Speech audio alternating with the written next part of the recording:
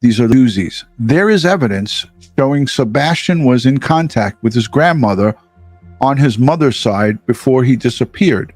No, that is not true. How do I know? Nick says, I've been in direct contact with the lead investigator with Sumner County Sheriff's Office, who says this latest stuff is all garbage. And this is what's muddying the waters and making things less than ideal for investigators.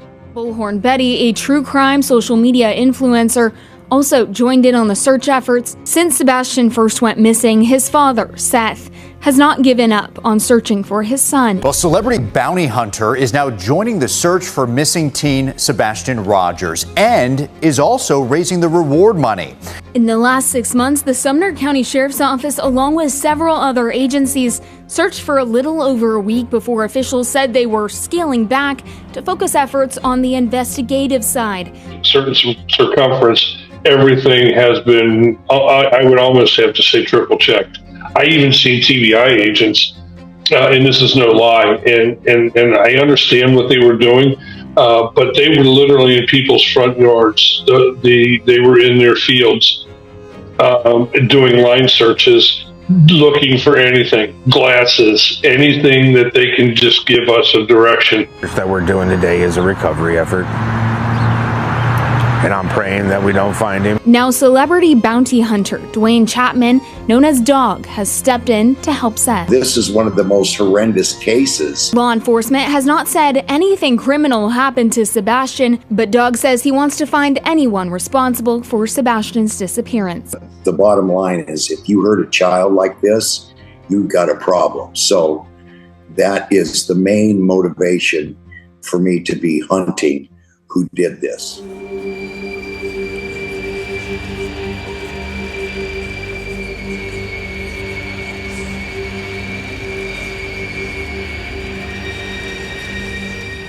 It's been almost 30 years. There's still a lot of evidence.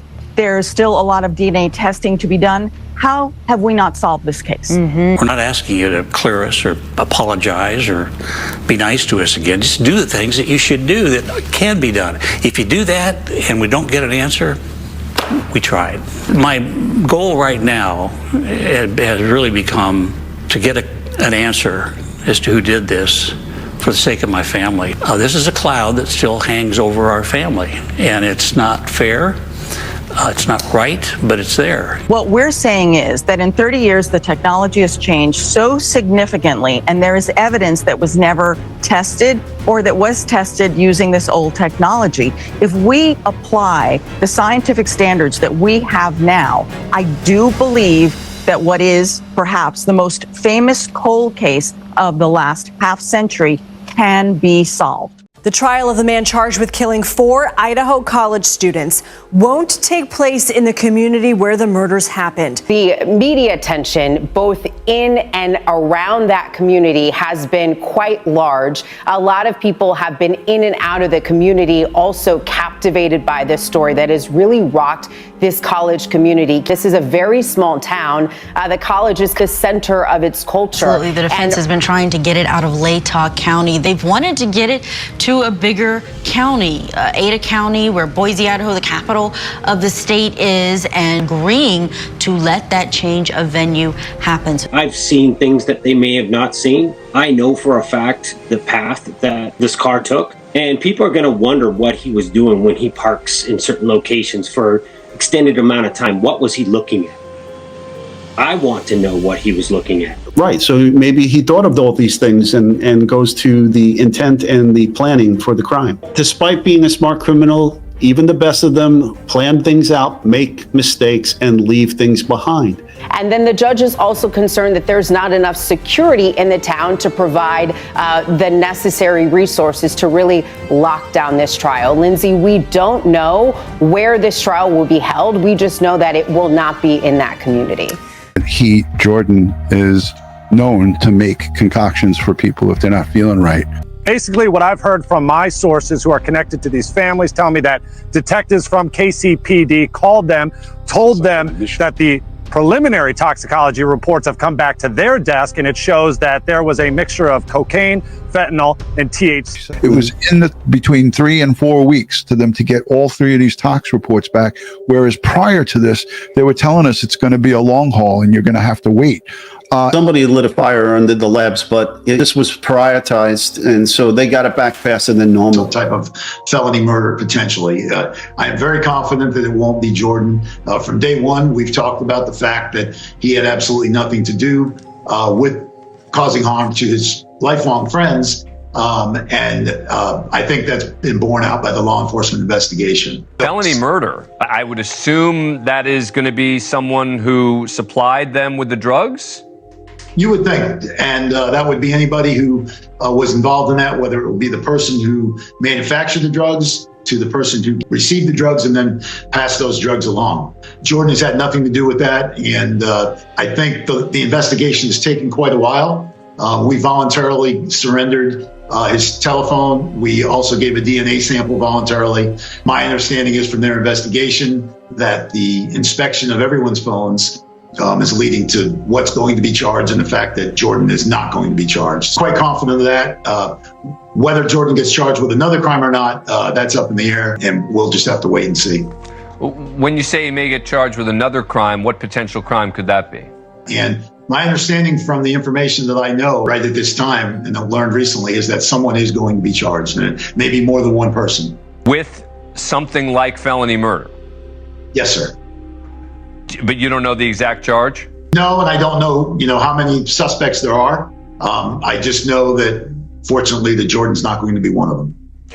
May 19th, authorities searched the Morphew home. Remember that, Ed? There was the search where they used a plastic bag. Barry Morphew went and asked them if they needed a Ziploc bag. Remember that, Ed? Yes, I remember. I see you laughing.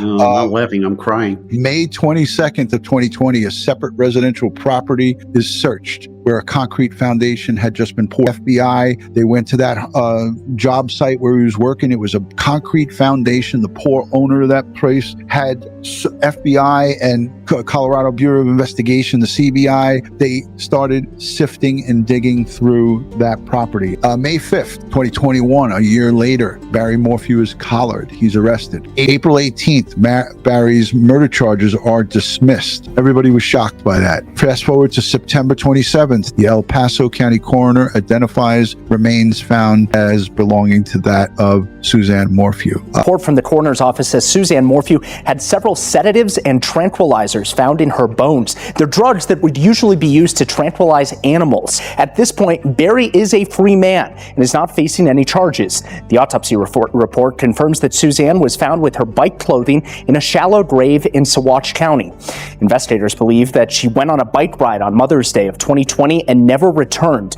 I just wanted to get your thoughts on how long this process could possibly take before they can narrow either back down Barry Morphew. Well, it's going to take some time. The controversial district attorney who botched the Suzanne Morphew murder case and whose comments led to the dismissal of murder charges against another suspect is going to lose her job.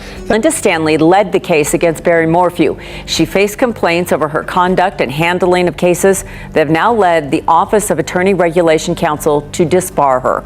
Stanley is the Republican district attorney in Chaffee, Fremont, Park, and Custer County. She led the prosecution of Barry Morphew, who was accused of killing his wife Suzanne in May of 2020. Again, troubling to say the least, but again, step in the right direction. Complaints filed against Stanley accused her of making inappropriate comments to a podcast. They also say she showed up late to court and launched a secret investigation into the judge because she did not like his rulings. A judge in a separate case dismissed charges against a man accused of killing a 10-month-old baby because of comments that Stanley made during an interview with our partners, KRDO in Colorado Springs.